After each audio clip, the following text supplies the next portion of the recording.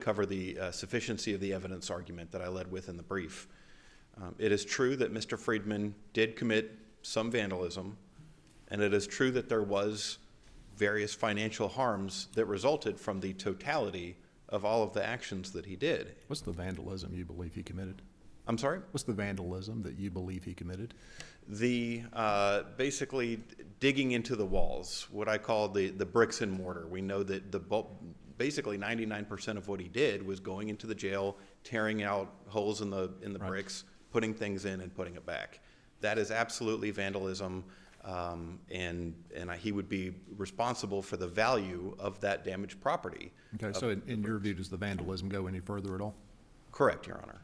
In your view, does the vandalism go any further than the... It does not, Your Honor. That is, in my view, that was the only property that was damaged under the statutory definitions. He did other things. He took the keys. That would be theft. Damage means also tampering as well, right? Yes, Your Honor. Okay. And so looking at that, the question is, well, what is tampering? But you also have to look at what is the property that was tampered with. And so the statute says vandalism is causing damage to any property.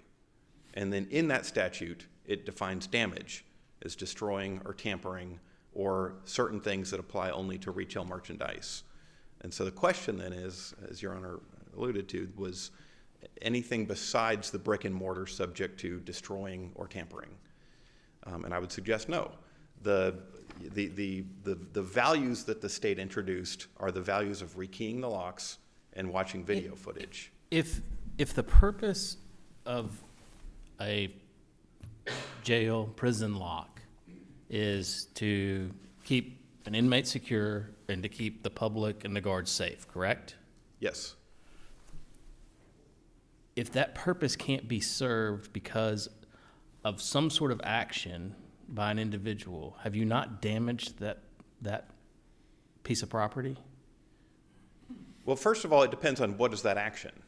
And is that vandalism or is it theft? Well, if I can't guarantee the safety of the people outside and I can't guarantee the safety and protection of the person inside because I don't know who all has a key to this gate or this door or whatever, have I not damaged the purpose of that lock? Perhaps, and that's what I kind of called an amorphous concept of where they basically, what the state says the property at issue is. They don't actually say, their argument is not the overall jail. They say it's the key system. Well, I know this part of the jail. I know this is apples to pears maybe, but the purpose of a window is to keep things from coming in or going out of my house, correct? Yes. If you throw a brick through the window and break the window, that's vandalism. Would you agree? Yes. Because if one of the reasons is you have now kept that window from doing its stated purpose. Yes. Okay. If the stated purpose of the lock is to keep the public safe and the inmates safe, and I can't guarantee that, it can't serve its purpose anymore, is that not vandalism? Well, the question is, was there damage to it? The statute does not say vandalism is keeping something from serving its purpose. No, I think what Judge Dyer's asking, and I don't want to put words in his mouth, but I think what he's asking is that if damage means tampering, yeah, and we have evidence here that the lock system has been rendered useless, or at least that's the state's theory, is that it no longer not just serves a purpose, it's rendered useless. That surely that falls within the plain language of tampering, to take an object to render it useless according to its intended use. I would submit that the definition of tampering is more specific than that. The word tampering is not defined in the statute, in this particular statute. So we take its common everyday meaning as a reasonable reader would have understood at the time of the enactment as it goes. To render an object useless must be within that common understanding. Well, tampering. The state has cited two different dictionary definitions, and theirs refer to alter, to make changes. It doesn't just say to make useless. I think it's more specific. And I think part of it is the idea of property, that it has to be something tangible. And I think if you ask anybody off the street, common definition, what is property? How do you damage property? How do you commit a vandalism? Most people are going to think about the window example. I think that's a perfect example. But when we look at the state's own definitions, talks about to alter, to make changes. I think most people would think those are physical changes. But when you look at the locks, there is no alteration of the lock. There is no change to the lock. I think if you put super glue in the lock, that would be tampering. That would be making a change to it. That would render it useless. But that doesn't necessarily mean. But why is it not? Why is someone stealing a key not making the lock useless for its stated purpose? Its stated purpose is to keep inmates locked in and the public out and safe. And if we can't guarantee that, the lock is useless, is it not? Maybe, but that's not what the statute says. The statute does not say vandalism is making something useless. It does talk about tampering. So the question then is, I think what Your Honor's what I think Your Honor is sort of asking is, can we connect tampering to make useless? Did he commit a crime by stealing the key and making them have to? If you don't think it's vandalism, but is there a crime there if it's not vandalism? I think probably theft. They didn't charge him. So okay. Is it theft over $250,000? Maybe argue. I mean, I don't want to concede that. No, I understand. This is a hypothetical. Yes. They can't go back and charge him with it. Right. So, exactly. I mean, would it be theft over $250,000 then, as opposed to vandalism? Very possibly. I mean, I think how would that be possible? Well, I'm not asking you to advocate against your client. I'm just Yeah. I just want to know, how do you think that's possible? Well, I think because what is the actual conduct that he committed? What is the actus reus, which is the core of any criminal offense besides the mens rea? What is the actual act that is committed? And in this case, the act was removing the key. That was the thing. So you believe that's the theft? Okay. So how would you possibly then get to the value of theft being an A felony in that case? Potentially. I mean, it may not be. Academically. Yeah, academically. I think an argument could be made that the rekeying was a damage of that the lock and the key are sort of intertwined, and that in order to, that removing the key, it's usually based upon the value of the property obtained in a theft case, though. Correct. So I think to that argument, it may be just the value of the key. I mean, that would be the most literal direct reading of the statute, that whatever the key is worth, if the key is worth $10, then it's $10. Okay, so there's not really a reasonable way to get to $250,000 under a theft theory, is there? Again, I mean, I think that would be a better argument than vandalism, at least, and it may not be. And I think that may be perhaps something that the statute does not directly contemplate. And again, that's up to the legislature, that's up to the state. And if the statute does not contemplate that, then we don't get to say, well, gosh, that seems awful that this might not be in the statute. We're going to try to shove a round peg into a square hole.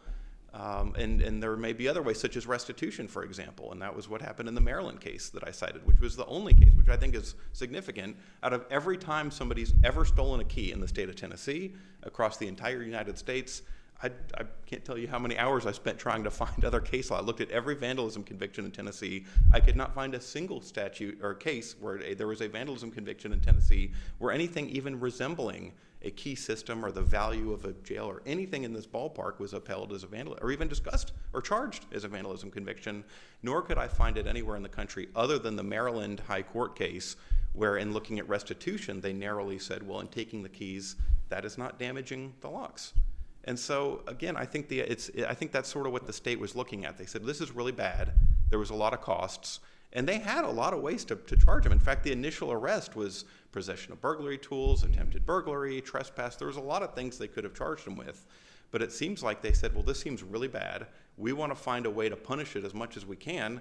Let's try this vandalism idea and just do one count of that and try to pin everything under that, which I submit is simply just not what the statute allows. Let me ask you, speaking of how the case was charged, as I'm looking at the vandalism statute, it seems the state is flying under A1B, and we've been talking about tampering with property and causing pecuniary loss or substantial inconvenience to the owner.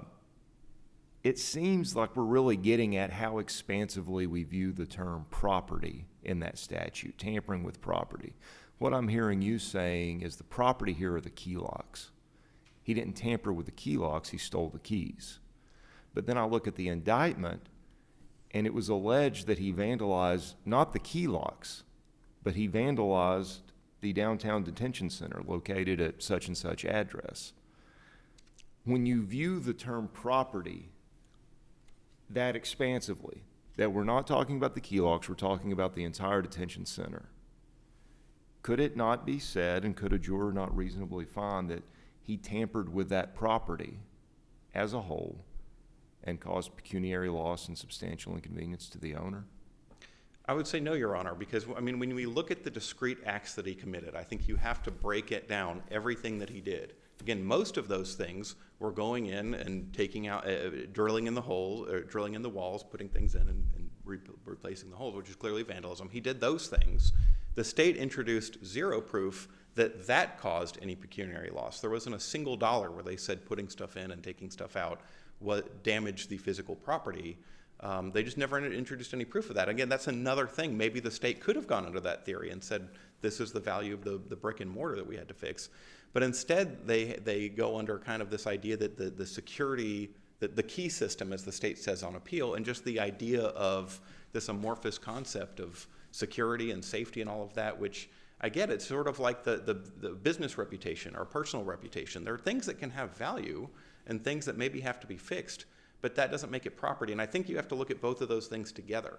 You have damage and property. And I would suggest that we don't really have either here. I would suggest that the act of taking the key, again, because that's the thing that they said we had to rekey everything for. They didn't say because he was in there, he drilled into the walls, we had to rekey the locks. They also said they had to rekey everything, not only for the keys that he took, but that he was alone for some period of time with a bunch of other keys, and they don't know, they can't guarantee that those weren't copied or taken or something like that, correct? I mean, it's not just like the 2 keys or whatever Yes. the number was. He was at least alone in a room with all the keys. With all the keys at one point in time. Yeah, the idea that there was the 2 that left the property, and then he basically took them around. They said because he knows where the keys go.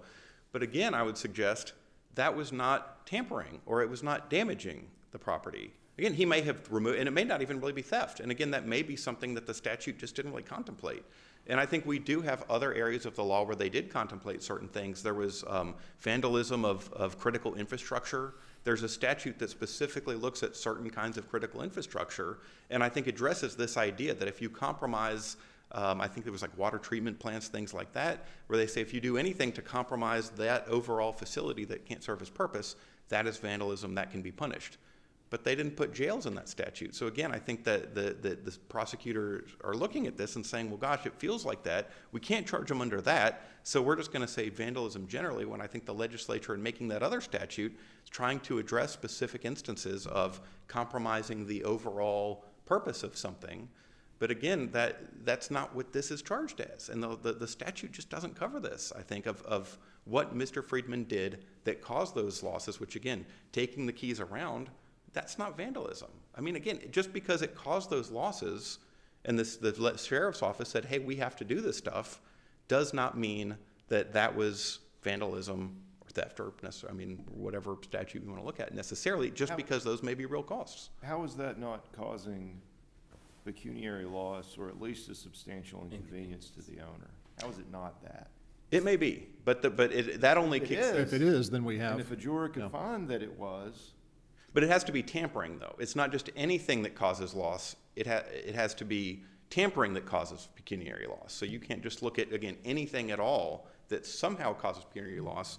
It's tampering with property and causing pecuniary loss. So even if we concede pecuniary loss, they still have to establish tampering. Walking around with keys, whatever harm they feel like that goes to the key system, is not altering or changing or any of the definitions the state has asserted that of what Mr. Friedman actually did versus what those definitions are.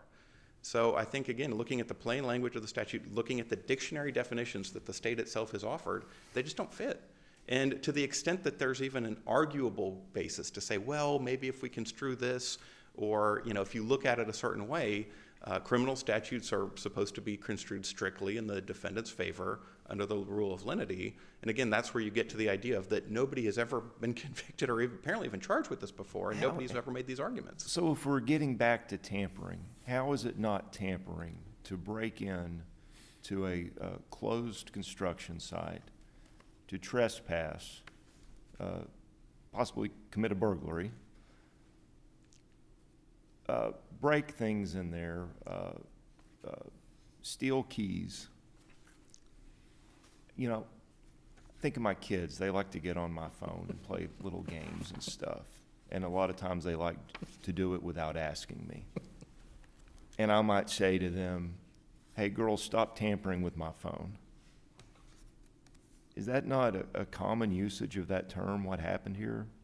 Given all of the circumstances, did he not tamper with the detention center, including the part where he took the keys? I'd suggest that he didn't alter or change it.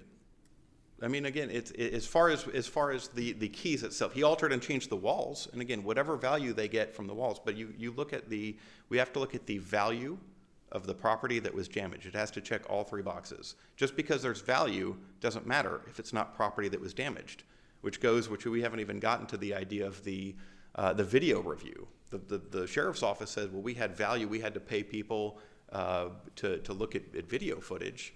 Well, that's not value of damaged property. And so, I mean, just looking at that part, But doesn't that go to the inconvenience part, though? The reviewing of the video to see where he has been, to see what is still could be secure, what may not be secure. Isn't that an inconvenience to them based on his actions? It is an inconvenience, but it's not property that was damaged with, nor is to get to the punishment where they look at the value of the property that was damaged. Those costs are not the value of the damaged property. Again, just because it has this inconvenience in there does not mean any inconvenience. Isn't it restoration of the property, though? I mean, it's restoration of the property to a secure facility. Doesn't that fall within the statutory language? The statutory language is the fair market value of the property, or if that can't be determined, It's the cost of replacement, right? It's the cost if it cannot be determined, The which cost, the state never. so the cost of replacement. And so if we get back to the common ordinary meaning of the term replacement, it includes restoration. I mean, I can look at the 1990 volume of Black's Law Dictionary, look up replacement. I'm going to find restoration. I can look in American Heritage Online that the Supreme Court looks at sometimes. Replacing includes restoration. And so aren't all of those damages necessary to restore a now insecure facility back to a secure facility? I would submit that certainly with the video Cost of reviewing, that is collateral. The cost of restoring property. Again, I would suggest that that's collateral. For example, if you drive to the jail and you spend money on gas, or you have to have lunch somewhere else that you wouldn't have. I mean, those are all costs. Again, just because costs. But I'm not restoring anything in that point. What I'm trying to do is to take the property that now has been rendered useless. I'm trying to restore it to property that is now useful, and part of its usefulness is its security. Again, first of all, you have to first establish, I mean, there is a way to eventually get there, but first you have to establish that there is property that was damaged. Then you have to establish that the fair market value of the property can't be ascertained, which the state did not do. And only then, if you establish all of those things, then you can look at the cost of replacement, and then I would suggest it has to be the actual direct replacement, for example, a new window. But that doesn't necessarily mean every cost that has anything to do with that. I think the window itself, but at some point, there can't be any collateral thing with any nexus to the replacement, even if it's something that was necessarily incurred. There has to be some line, I would suggest. And I see that my time has up. And since Judge Greenholtz asked you a lot of questions, I'll let you have your full rebuttal time as well. Thank you, Your Honor. Indeed. I got to get you back. Good morning. May it please the court, Lacey Wilbur on behalf of the state. Your Honors, I did not draft the brief in this case, but I have read the record. My colleague has conveniently chosen today as her first day of maternity leave. So That was very wise. it was after I saw which case this was, I was like, oh. And the court appreciates you taking this on, so we don't have to continue. It's a the privilege case. and an honor to be here before this court. I will just concentrate on sufficiency of the evidence and rely on the state's brief for the remaining issues unless this court has any questions about those issues. Do you concede? Oh, I'm sorry. Go ahead, Judge. I have one question, and then we can jump right back to sufficiency of the evidence. But it's one in reading the briefs that the indictment issue. I read the defendant's brief as almost arguing a variance, but really, I'm stating it's a variance, but really arguing notice. And I think that's how the state responded. No one argued waiver. And the reason I asked this question is if it's really a notice issue and he didn't raise it until halfway through the trial, how is that issue even properly before us? Personally, I would say it is not properly before this court. I don't know that it's in the state's brief, but that is an issue that should be raised prior to trial, and it was not. Okay. But I mean, you agree that I know you didn't write the brief, but you agree with the state's brief that the argument really does seem to be more couched as a notice argument as opposed to a true Yes. variance argument. Yes, Your Honor. Okay. It is a notice argument, and we have responded as such in the brief. Okay. Yes, sir. Yeah. Sorry, No. Judge Greenholz, you can now ask Not your at all, question. not at all. With leave from the presiding judge. The judicial subpoena question. Is the judicial subpoena invalid? And is the real argument about whether its invalidity is harmful? So without the affidavit, could the judicial subpoena have possibly have been issued statutorily? Statutorily, I think because a judicial subpoena is lesser than a Fourth Amendment search warrant requirement, I think that the judicial subpoena in this case is correct and as to form minimally, because it's not signed by the officer, but the statute does not require it. It requires an affidavit though, right? And there was no affidavit? There was just a statement saying, we are conducting an investigation and we have found that he has papers at this place which we think might be helpful. There's no statement under oath, there's no affidavit.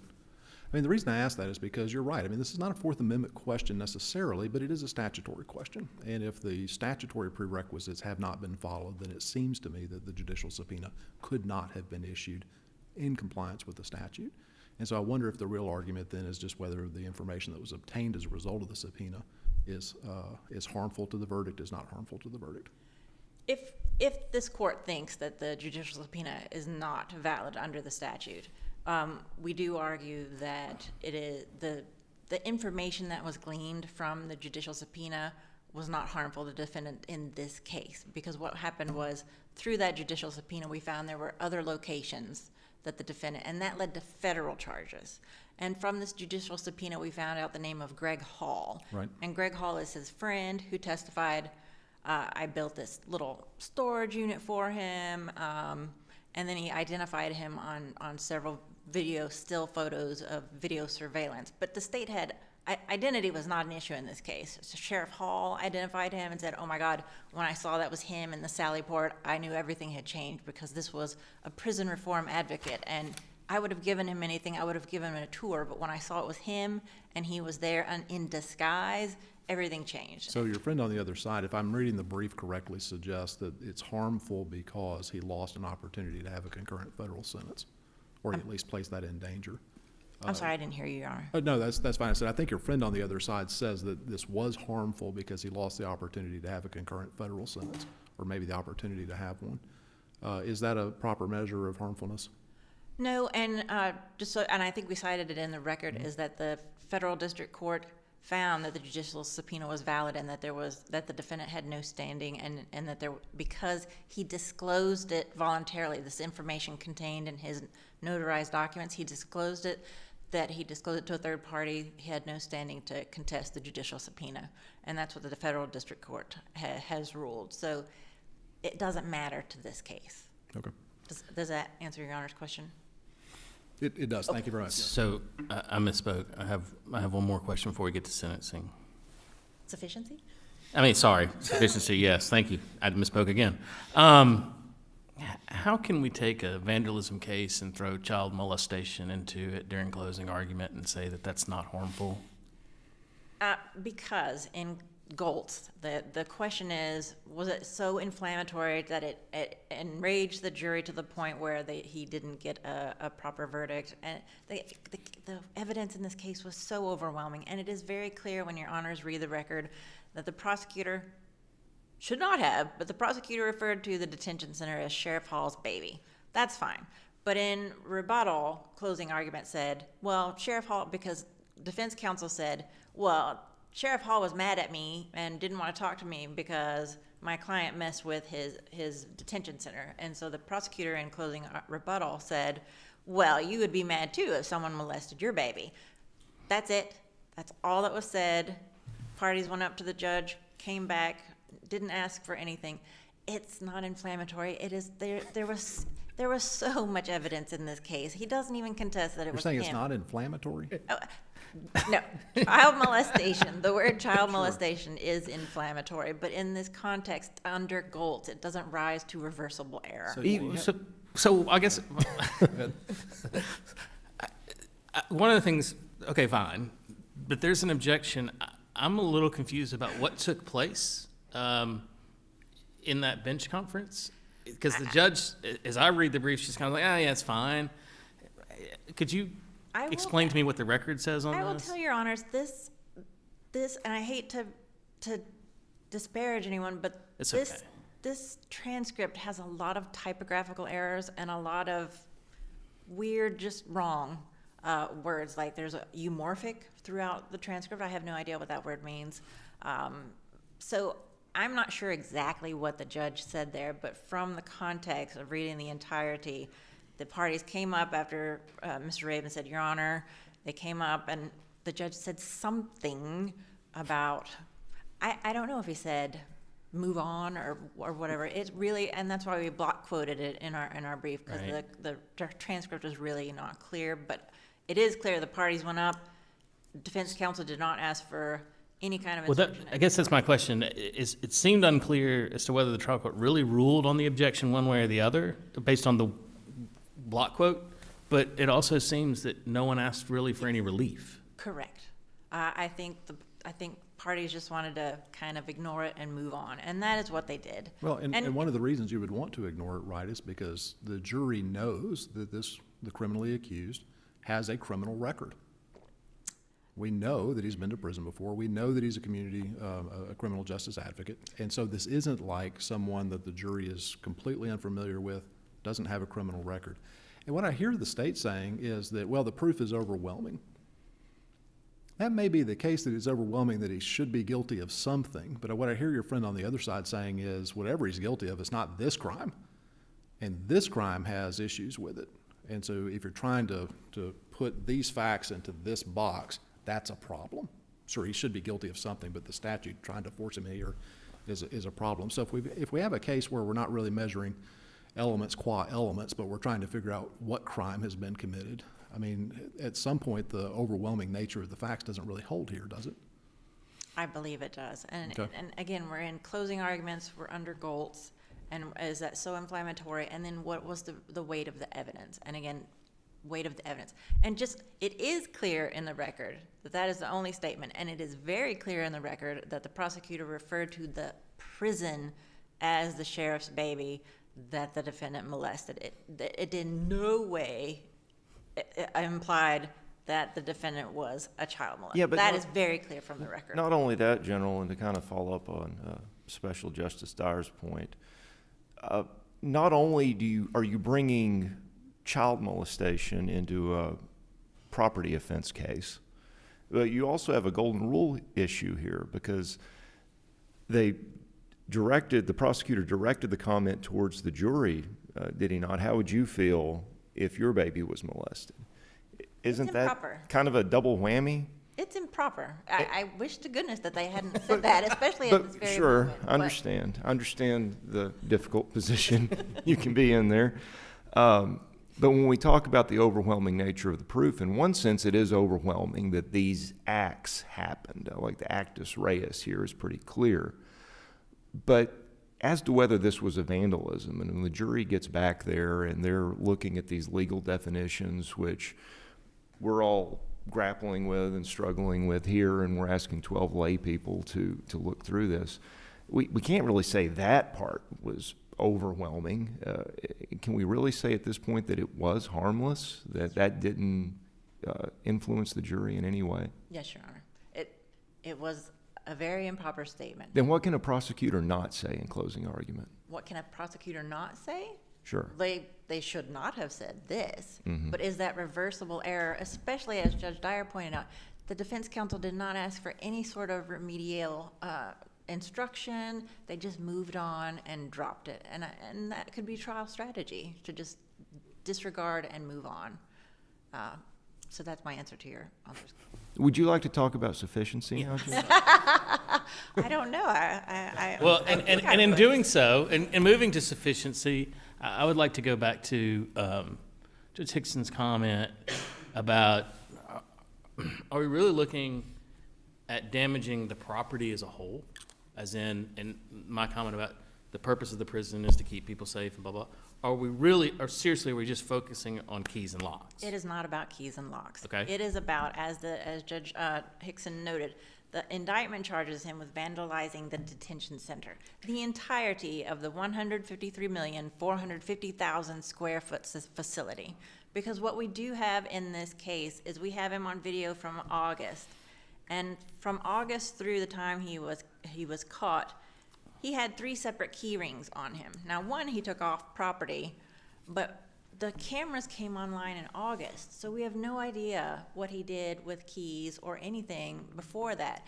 And all these little toolkits that he secreted around the entirety of the property, even on floors 1 through 4 in the visitor center, we have handcuff keys, X-Acto razor blades, we have handguns. We have little safety bits that unlock and unscrew parts of the detention center. So, yes, he tampered with the entirety of that building. And the Sheriff Hall and Chief Wilkes both testified that he compromised the integrity of that because, as Your Honor noted, the purpose of the detention center is to ensure the safety and security of the 700 inmates and 300 personnel who work there. So I'm going to ask you a question that I hated when I stood in your position, but I'm going to ask you anyway. Because you can. Right. Why wouldn't you present the value of the damage to the drywall and all that? Why are you presenting this odd, I think we can all admit, it's an odd way of reading, I'm not saying it's not vandalism, but it's an odd way of reading the vandalism statute. Why wouldn't you present the other? There's nothing in the record to show why, but I think that the prosecutor was very judicious in just picking these 2 things, the review of the video and the cost of rekeying, because there are other costs that come out during the sentencing hearing, about $1.4 million that they spent because they couldn't move all the inmates into the detention center as they planned, and so they had to keep paying Core Civic $500,000 a month, $400,000 a month. So the state, we're talking overcharging, they could have charged a lot more. It just, like, to me, I understand. the reviewing of video and the rekeying falling under vandalism, I'm not saying it doesn't, is just a little odd. Whereas me having to fix brick and mortar because you've damaged brick and mortar seems spot on definition of vandalism. Yes, but I think as Judge Greenholz pointed out, tampering can mean to meddle with, and So he that's- meddled with. That's my next question to you. How do you define tampering? I personally define it as meddling with or to mess with. That's the plain and ordinary meaning. It doesn't mean. Back to Judge Hickson talking about his daughter's taking his phone and quit tampering with my phone. Correct. It just means to meddle with. So on the damages where we're talking about the review, it's, as I understand it, it's comprised of 2 components. One is your regular 40-hour week, the other is the overtime that's being paid. With the regular 40-hour week, I understood that most of that time, perhaps not all of it, but most of the time was Sheriff's Department deputies who were reviewing. I don't know that it Video. was deputies, but I do know it was Oh, Sheriff's okay, Office employees with- employees. all right. Yes, sir. Those people would have been paid anyway for the regular time. They're re-engaged in different tasks that maybe they're not routinely assigned to, but those aren't damages in the way that I tend to think about it because that money was spent anyway. I see the overtime perhaps as it goes, but help me understand about just the non-overtime review, how that is a damage that the sheriff's office has suffered. It is part of, you can't know what the damage is unless you review. I agree with and- that. and I agree with see that. But we're So- asking for the payment of regular hourly wages that were going to be paid anyway, irrespective of the task that they were assigned to.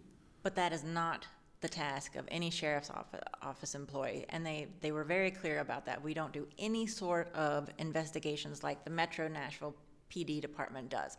And they didn't charge, and those aren't included because those are part of their duties. Sure, but the sheriff's office still, and the county commission or whoever, still would have paid that money out irrespective of whether this happened or not.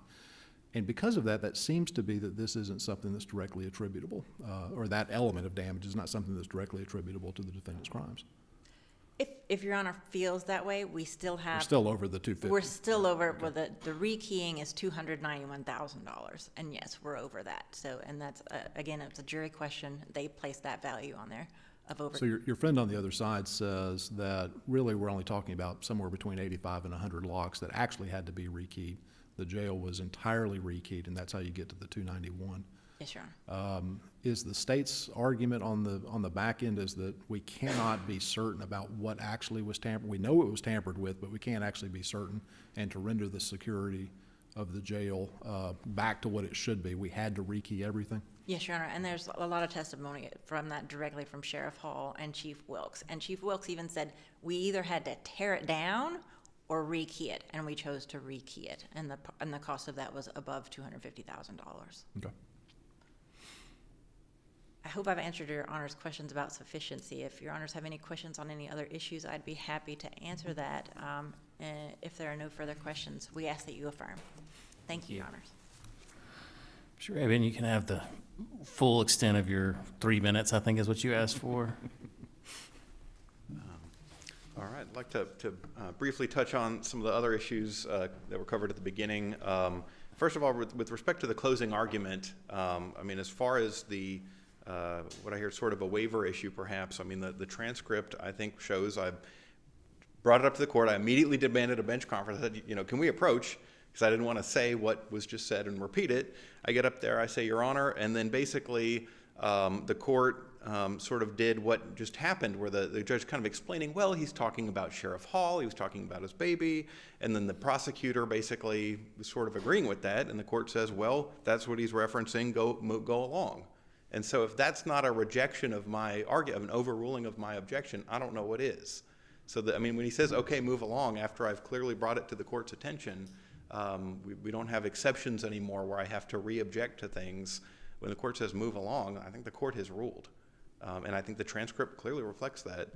And I agree with Judge Hickson. If you could talk about somebody being a child molester, specifically referring to him, talk about your baby, then it's hard to imagine what would be not reversible. But to the state's argument that when you take the argument as a whole, right? We can't just focus on the one statement that we all think should not have been made, but we have to look at the argument as a whole, correct?